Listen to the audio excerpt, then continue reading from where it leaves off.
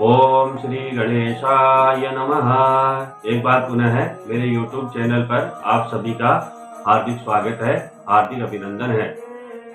आज का हमारा विषय है अहोई अष्टमी अर्थात अहोई माता का व्रत, जिसे साधारण भाषा में हम सब साउ का व्रत भी कहते हैं। इस वर्ष सन 2023 में अहोई माता का व्रत कब है एवं इसकी विधि क्या है, इसकी क्या सामग्री है, इन सब की संपूर्ण जानकारी मैं इस वीडियो के माध्यम से आप सबको प्रदान करूंगा। आइए देखते हैं अहोई माता का व्रत कब है और इस व्रत को कैसे किया जाता है तथा इसकी क्या सामग्री है।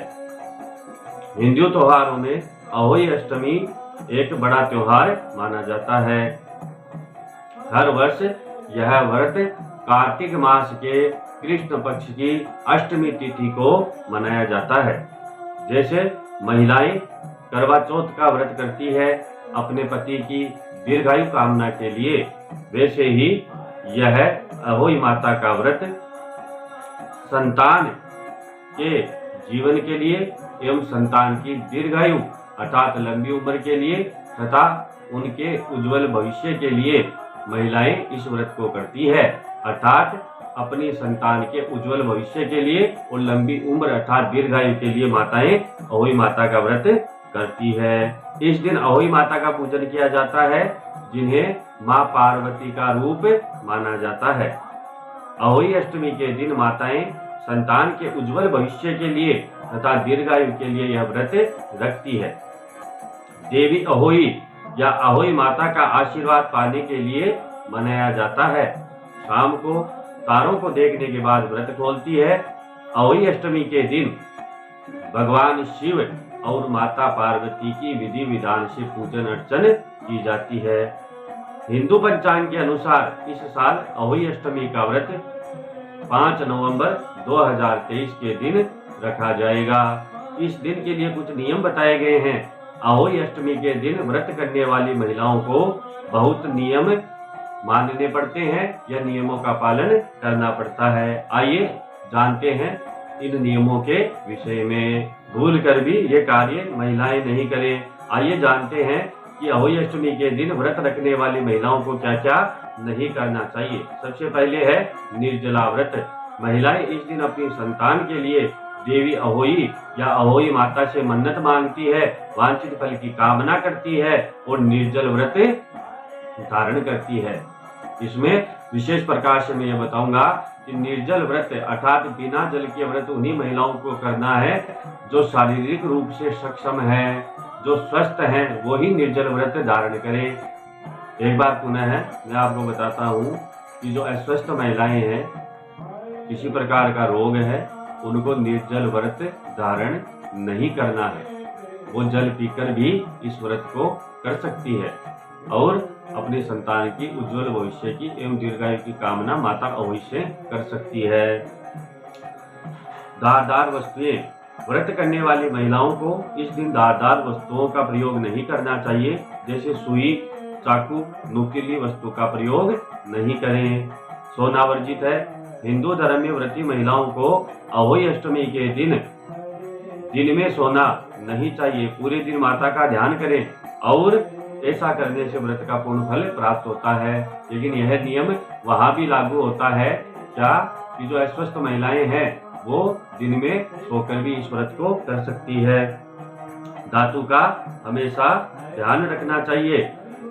शाम को तारों को अर्घ्य देते समय महिलाओं को धातु का ध्यान रखना चाहिए। इस दिन स्टील से बने पात्र का अर्थात लोटे का इस्तेमाल करें। ताम्र या तांबे के पात्र का इस्तेमाल नहीं करना चाहिए। लाए अच्छे विचार। व्रत करने वाली महिलाएं पूरे दिन अच्छे विचारों में मन लगाएं। किसी के साथ भी बुरा व्यवहार नहीं करें और वाणी पर नियंत्रण रखें। बिना किसी भी प्रकार के वाद विवाद से दूर रहें। कलह से बचना चाहिए। इस प्रकार इस व्रत को करें। आइए देखते हैं अहोई अष्टमी व्रत की पूजा की सामग्री। जल से भरा हुआ कलश, पुष्प, धूप दीप, रोली, दूध भात, मोती या चांदी के मोती की माला या जो भी उपलब्ध माला है, तुलसी की माला आदि। गेहूं, दक्षिणा अर्थात बायना, घर में बने 8 पूड़ी और 8 मालपुए। इस अहोई अष्टमी के व्रत की ये सामग्री है। आइए देखते हैं अहोई अष्टमी की पूजा की विधि क्या है। सर्वप्रथम प्रातः काल नित्य कर्मों से निवृत्त होकर स्नान करें और स्वच्छ वस्त्र अर्थात धुले हुए वस्त्रों को धारण करना चाहिए। इसके बाद पूजा स्थल को साफ करके व्रत का संकल्प करें और दिन भर निर्जल व्रत का पालन स्वस्थ महिलाओं को करना चाहिए। इसके बाद माता दुर्गा और अहोई माता का स्मरण करके धूप दीप जलाएं। पूजा स्थल को साफ करके उत्तर दिशा और पूर्व दिशा के जो बीच का कोना है ईशान, इसमें चौकी की स्थापना करें या घर के मध्य भाग में चौकी की स्थापना कर लें। चौकी को गंगा जल से पवित्र करके उसके ऊपर लाल वस्त्र या पीला वस्त्र आच्छादित करना चाहिए। इसके उपरांत माता अहोई की प्रतिमा स्थापित करें या चलचित्र स्थापित करें। अब गेहूं के दानों से चौकी के मध्य में एक ढेर बनावे, इस पर पानी से भरा एक कलश रख देवे। कलश मिट्टी का लेवे या स्टील का ले लेना चाहिए। इसके बाद अहोई माता के चरणों में मोती की माला या चांदी की माला या जो भी उपलब्ध माला है वो रख देवे। आचमन करें। आचमन विधि करके, आचमन क्या होता है, हाथ में जल लेकर पीने को आचमन कहते हैं। 1 बार या 3 बार आचमन करना चाहिए। चौकी पर धूप दीप जलाएं, अहोई माता को पुष्प चढ़ाएं। इसके बाद अहोई माता को रोली, अक्षत, दूध, भात आदि अर्पित करें। वायना के साथ 8 पूड़ी अर्थात दक्षिणा के साथ 8 पूड़ी और 8 मालपुए कटोरी में या किसी पात्र में माता को अर्पण करें। इसके बाद कथा पढ़नी चाहिए या श्रवण करनी चाहिए। या मेरे अगले वीडियो में मैं अहोई माता की कथा का वीडियो बनाऊंगा, उसका डिस्क्रिप्शन मैं इस मेरे वीडियो में आपको प्रदान करूंगा, तो मेरे वीडियो के माध्यम से आप कथा श्रवण कर लें। इसके बाद हाथ में गेहूं के 7 दाने फूलों की पंखुड़ियां लेकर अहोई माता की कथा श्रवण करनी चाहिए या पढ़नी चाहिए। इसके बाद कथा पूर्ण होने पर हाथ में लिए गेहूं के दाने और पुष्प माता के चरणों में अर्पित कर देवे। इसके बाद मोती की माला या जो चांदी की माला है या जो आपने माला अर्पण की है उनको एक साफ डोरी या कलावे में पिरोकर गले में धारण कर लेवे।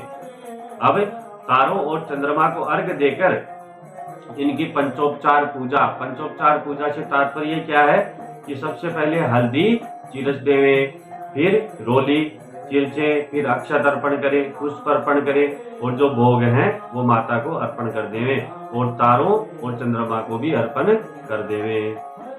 पूजा में रखी गई दक्षिणा अर्थात वायना अपनी सास या घर की बुजुर्ग महिला को प्रदान करें और आशीर्वाद प्राप्त करें या किसी ब्राह्मणी को प्रदान करें और उनसे आशीर्वाद प्राप्त कर लें।